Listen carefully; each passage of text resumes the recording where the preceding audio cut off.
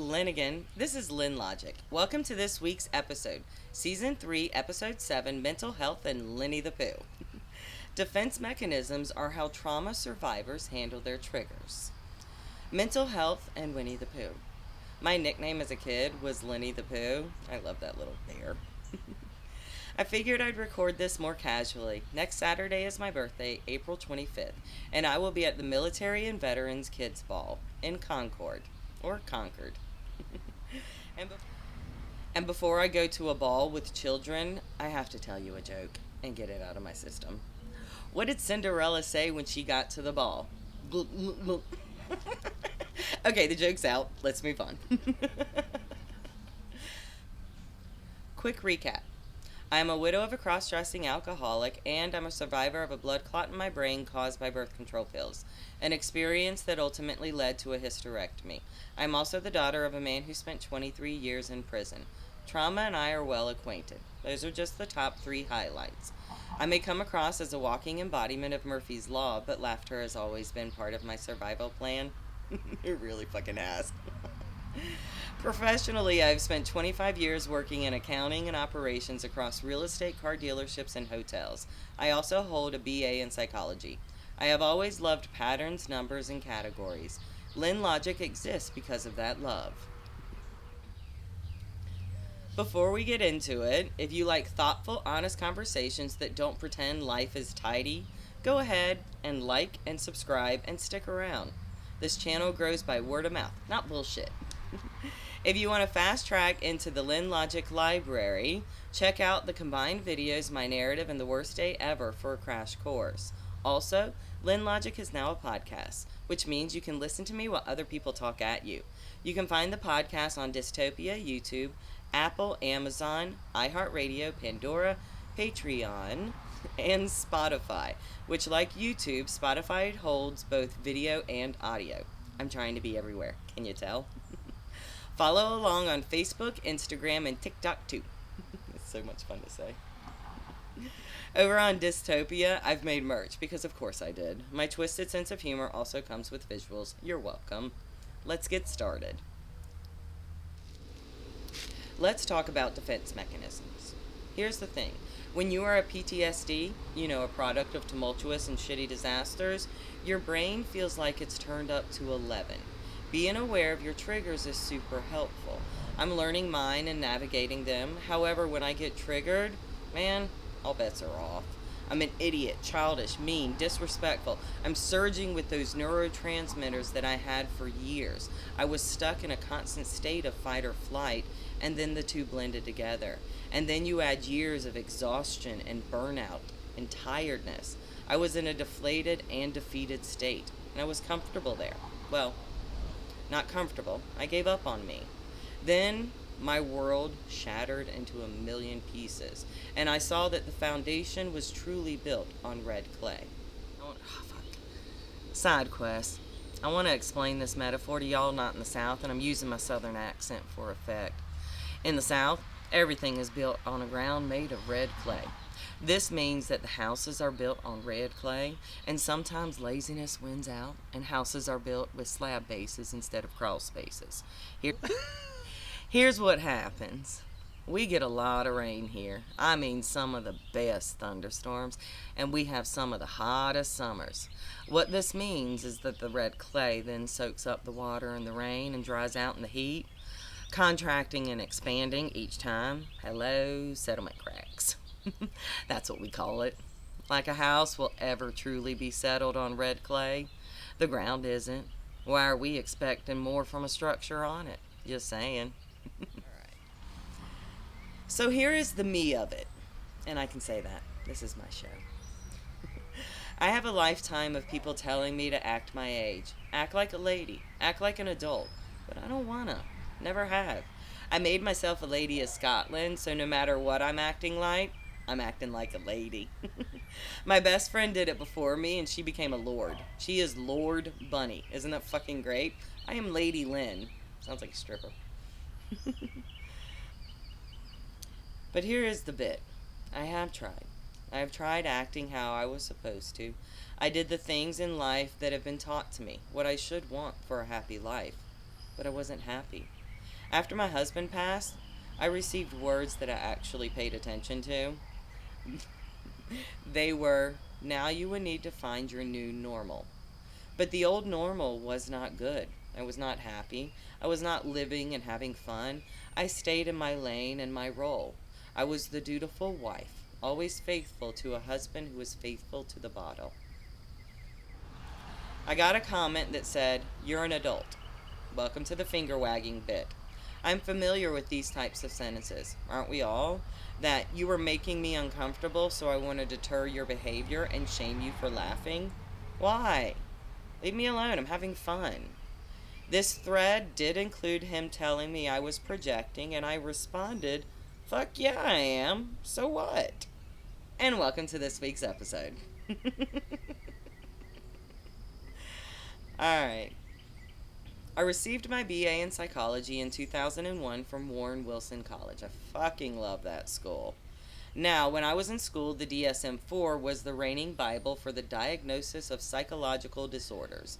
Now, the current edition being used is the DSM-5-TR that came out in 2022. Thank goodness knowledge progresses. Think of the 40s and Freud, a man who defined hysteria as the uterus trying to get pregnant from other organs. And yes, that did make me think of my uterus trying to dry hump my liver to try and get pregnant. When I couldn't sleep, I would read Freud. Fucking dry as hell. In college, I learned about defense mechanisms. Defense mechanisms are our brain's unconscious way of dealing with anxiety, internal conflict, trauma, etc. They build up for our protection.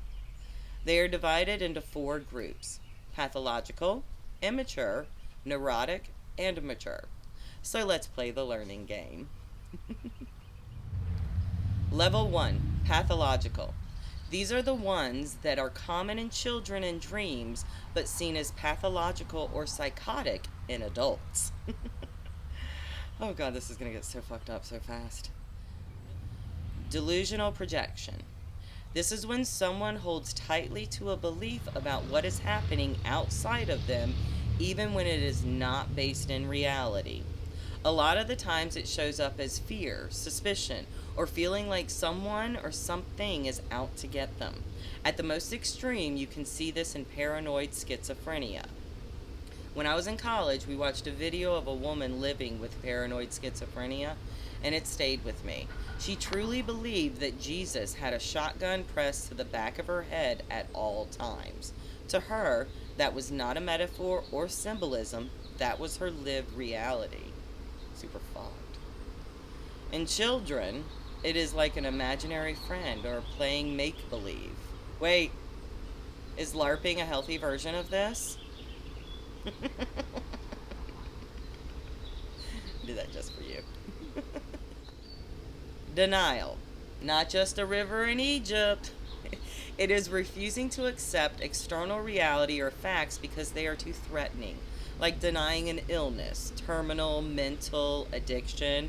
Why do you think the first step to healing from addiction is to admit that you have one? Now, the psych side of this, the extreme example I learned about in college was right hemisphere neglect. Oliver Sacks wrote a book called The Man Who Mistook His Wife for a Hat. It was a book about abnormal psych. In it, he talks about cases of right hemisphere neglect. This was/is a condition where the person does not recognize the left side of their body as theirs. Oliver Sacks gives 2 examples, and you need to go check them out because I was dying laughing at the examples. And then I started laughing further because, let's be honest here, I couldn't stop laughing about this when I learned about it because I kept picturing people that would only care for or more awkwardly dress half their body or applying makeup on only half their face. Sorry. That shit still makes me giggle. It's like half lipstick. I haven't grown up, but I am an adult. See? Not denial, acceptance. Distortion. Grossly reshaping reality to suit internal needs. Example, hallucinations. Hello? Narcissism. You want an example you would see on the daily? Narcissists and their egocentrism. Their belief that they are the center of the universe. This is also common behavior in toddlers. Extreme cases are obviously other forms of schizophrenia. Level 2, immature. These are frequently used by adolescents and individuals with certain personality disorders. They help lessen distress but are often socially undesirable. Let me say that again. They lessen distress but are often socially undesirable. If you don't think someone with PTSD doesn't retreat to these, you are mistaken. I have used every single one of them to get through my trauma in stages because the weight of it all is too much sometimes. Projection. Attributing your own unacceptable thoughts or feelings onto someone else. Example, I don't hate them, they hate me. I mean, I was married to an alcoholic. I did this shit as a coping mechanism for hell. Splitting. Seeing things or people as all good or all bad with no middle ground. This is a survival technique. It is easier than investing energy trying to figure out where someone's morality lies. Acting out. Expressing an unconscious wish through impulsive action to avoid feeling the emotion behind it. Now, this one I am big on. But I've noticed that when I start acting out, my first instinct is to remove myself from the room. And so I go to do that. And I will get loud, and then I will leave, and then I come back, and I get loud but quieter, and then I will leave. Now, I will eventually wear myself out, unless the person continues on with the triggers. At this point, I am not thinking rationally, and I see you as someone attacking me. So all of your words sound like more attacks. My late husband used to get me so angry, and I would beg him to just leave me alone. Let me calm down. And he would just love to poke, and I would lash out to get my peace. I'm learning to calm myself more. And I'm medicated, of course, and I smoke weed. Passive aggression. Indirectly expressing hostility through behaviors like procrastination or the silent treatment. Wait, I haven't used this one. I've been sort of vocal. I mean, I procrastinate sometimes, but don't we all? And I don't do the silent treatment. I do the I'm done with you treatment. Regression. Reverting to a more childlike state of development when faced with stress, like a tantrum. I totally combine this with the acting out one, but my tantrums include a lot of inappropriate hand gestures. It's funny when I'm not triggered. Level 3, Neurotic. Considered common in adults, these provide short-term relief but can hinder long-term relationships and personal growth.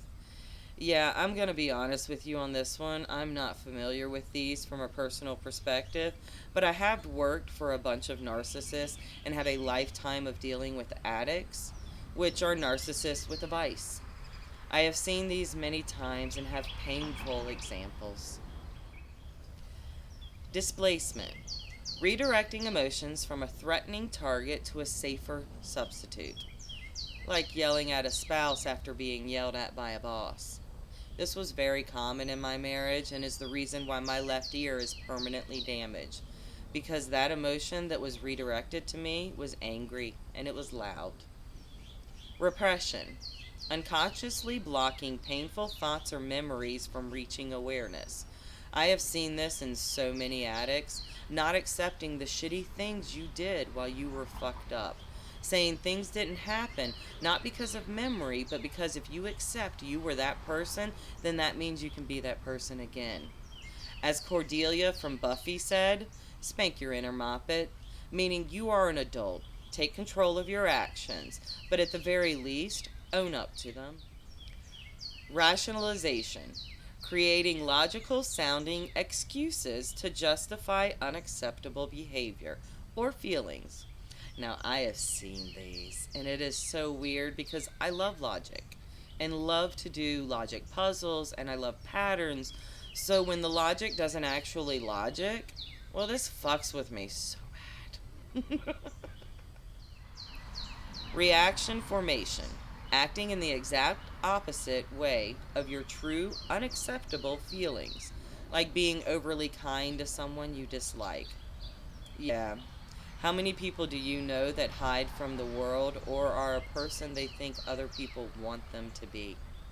I see this everywhere, and I do enjoy the people watching too. Intellectualization. Focusing on clinical or abstract facts to avoid the emotional impact of a situation. Oh, let me see on this one. I got this. This is how you fire someone. You are destroying their stability and you want to talk about what's best for the company. And you do that shit on a Friday afternoon because you are a pussy. Yeah, I've seen this one a bunch. Please go after that unemployment for this behavior. Go for as much as you can. Level 4, mature. These are the most adaptive and healthy defenses. They are often conscious processes that help individuals integrate conflicting emotions successfully. Could have said that so much easier. I feel like I use these in part with hope to be able to use them to their full extent as I grow and heal. Sublimation. Channeling socially unacceptable impulses into productive activities like using anger as fuel for intense exercise. I mean, during my grief, I made a website, a YouTube channel, a video podcast, and a social media network, and merch. I definitely like this one, and I still see myself as lazy. Humor. Using comedy or irony to express distressing thoughts in a way that reduces their impact. I wouldn't know about this one. Did you pick up on my sarcasm? I'm gonna be honest, it is easier to laugh with people than have them laughing at you. So control the narrative. I will make a joke about my shit well before you will. It's almost like a bee rabbit from 8 Mile mentality on life. Altruism. Dealing with internal pain by providing constructive services to other. Now this one, I fucking love.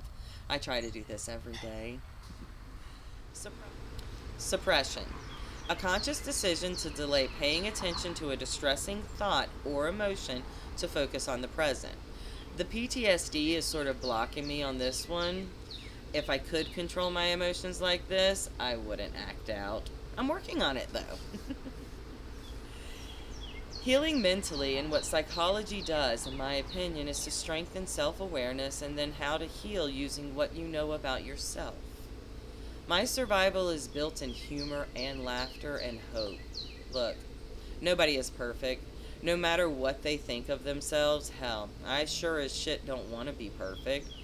People become special not for what they're going to do, but for what they did. These are the people that understand that being called strong is not a compliment, not in the least. It's a fucking recognition. Chin up, tits out, bye. Did you like it? Yes.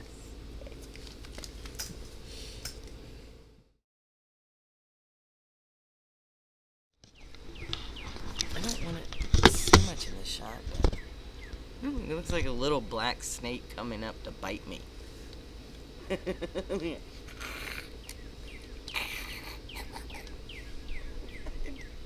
coming up the corner of the screen.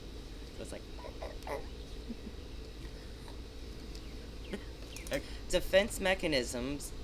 Oh god, that's a wrong camp. Oh, you know what? I have an intro. I'm just gonna start with the defense mechanism part because I'm stoned and my tongue is not working properly.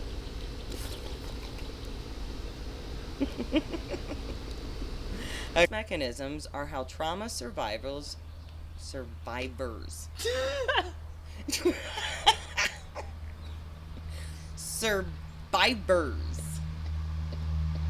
I'm a survivor. Veterans of all. Oh fuck, that's not how that goes. I reversed it. I Willy Wonka'd it. Military and kids veterans. There's no kids don't have veterans.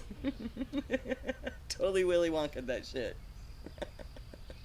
Strike that, reverse it. And before I go to the Fuck. Full, honest conversations that don't prevent. Are you dead staring me? I'm trying to figure out what word you're using. Pretend. Oh. Well, you couldn't figure out what pretend meant? I mean, profound and pretend combined. Yeah. Don't know where my brain got that one. Oh, super. Get to the chopper. Chutzpah. Was truly built on red clay. I mean, I didn't finish that sentence. Oh, he's going after the bird. Hold on. I think my voice is changing. I must be going through puberty. Alright, we're going to practice this first. Alabama, Arkansas, I do what my mom and pa. The hard thing is that it was born in Georgia and grew up in North Carolina. It's like, there it is. You got to take one. The way you do a southern accent is you take an entire fucking sentence and you condense it down to one word, but then you elongate that shit back to the length of the sentence amount. So something like "Did you eat yet?" becomes "Jeet yet." Side quest, and I want to explain this metaphor to y'all using. Oh, fuckity. Is he shitting again? Fiber. Oh, fuck. Blah, blah, blah, blah, blah.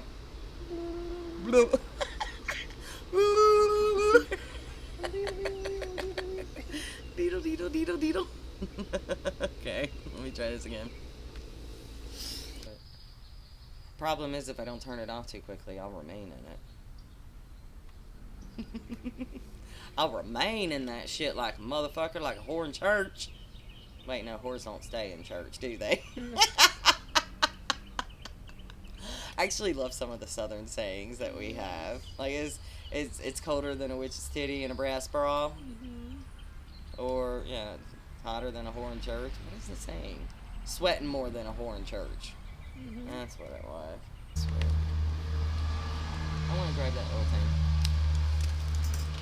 I don't know what it is. It looks like a utility service vehicle of some sort, but it goes fast. I feel like we could jump them if we wave them down. If you wave them down, I'll come up on the side and just push them out. Yes. And then I'll just get the driver's seat, and then you run around on the other side and get the passenger side. Yes. Yeah. Alright, we're gonna do this? Mm-hmm. Mm-hmm.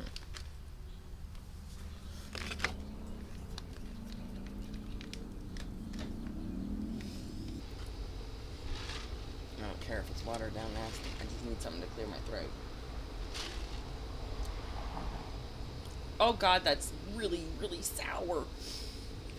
Let me clear my throat. Jesus fucking.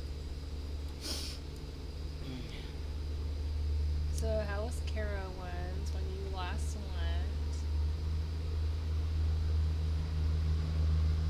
My tit fell out on the roller coaster. That's how it was. No, I love not. upside down roller coasters, and it was this roller coaster where the loops are slow.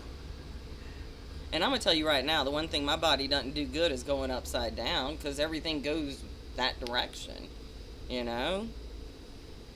My sister's in the front, her son's next to me, and all she hears is me going, "Oh shit, my tit."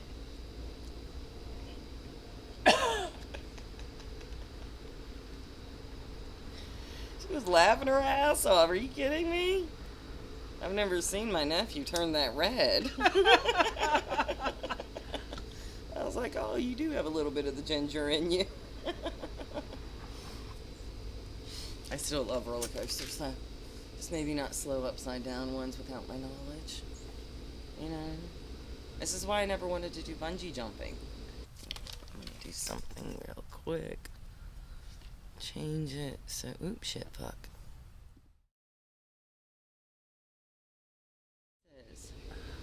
You don't have to whisper either. Okay. Yeah. Boogie, stop eating the fucking grass. God damn it, we smoke it. We don't eat it. Motherfucker's still eating grass. We got Boogie. He's like a little goat. He kind of looks like a goat. They were there, just, you know. He is the goat. No. He's not that level. He's not, he doesn't get a the in front of it. No. I don't think he deserves that. He's kind of an asshole. Trying to attack another neighbor today. If he was bigger, it would actually seem more offensive, you know? They think it's cute. You pick him up and they're like, oh my god. That was a great name coming at you with that attitude. You wouldn't do that. They're like, oh, no, he was just coming to see his friend. No, he wanted to bite you. He just realized that you were bigger up close. I feel like that dog doesn't understand that objects are larger than they appear up close. Whatever it says on the fucking car window. Car mirror. Yeah. He's like, wait a second. Depth perception. At this point, I'm just rambling. While the dog's still eating grass. Alright. So much grass eating. He is going to puke his brains out. I mean... He watches the cats do it. He literally watches the cats do it. He's like, oh, this is okay? Fuck yeah, I'm going to continue on. Look at him. He's going for a different patch. He's like, this is a buffet. Let me find some clovers. Oh, wait. Oh, no. Is he going to throw up? No, he's got to poop. Don't make eye contact. Don't make eye contact while you poop. Stop with the eye contact. It's super creepy. Things I say to my deaf dog. Don't make eye contact with me while you poop.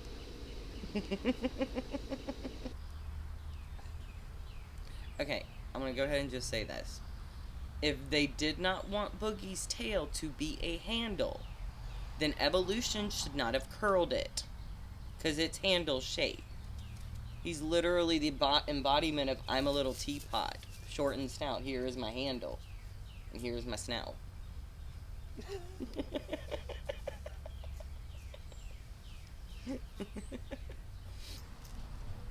Falcor, fly! It worked. He landed safely. And it was a light toss. It wasn't a throw. He's like, get the fuck down. This shit's scary. He's fine.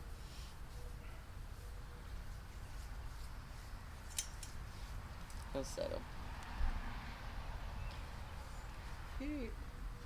Escape. And he can easily escape through the hole. What's back here? Oh, no, we gotta poop. A second poop. So the circles whenever he... Watch the eye contact. There it is. Oh. And watch him. He'll walk down on the path. First thing I trained him on, being deaf, was to walk on a sidewalk. Frequently used by adolescents, and we're gonna have to wait because he wants to go after the birds. He also hates the squirrels. He does the same thing. I mean, that I taught him because I would pull on the squirrel's tail whenever he was eating the bird food. Just kept doing it, and he would go in his tree and then cuss me out for like 20 minutes. Just chittering away. Little asshole. Alright, they.